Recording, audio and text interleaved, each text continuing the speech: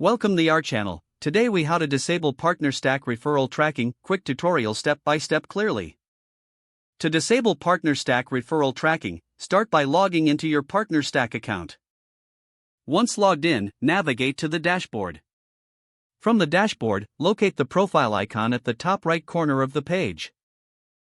Click on the profile icon to open the drop-down menu. In the drop-down menu, select Settings. Once in the Settings menu, look for the Referral Tracking section. In the Referral Tracking section, you will see an option labeled Enable Referral Tracking.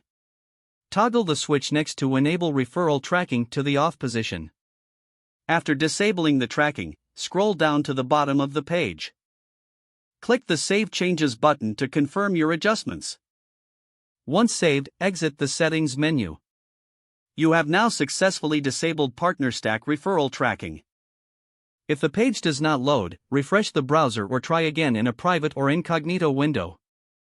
Make sure you are using the correct email address, then retype it carefully to avoid small typos.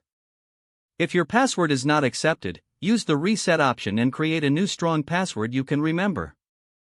Check your spam folder for verification or security emails, then complete any requested confirmation steps. Enable two-factor authentication if available to improve account security and reduce unauthorized access risk. After signing in, review your profile details so your contact information and settings are accurate and current. If you see an error message, note it down and try again after restarting your device and internet connection.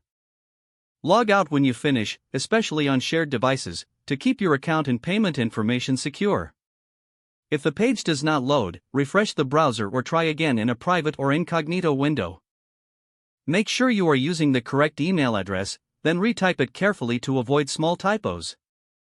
If your password is not accepted, use the reset option and create a new strong password you can remember.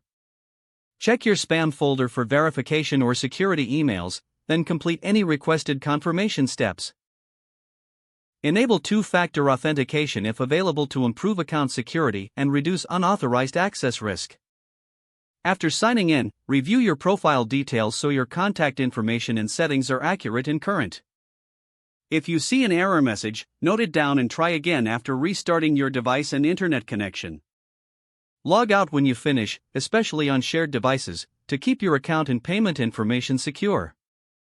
If the page does not load, refresh the browser or try again in a private or incognito window.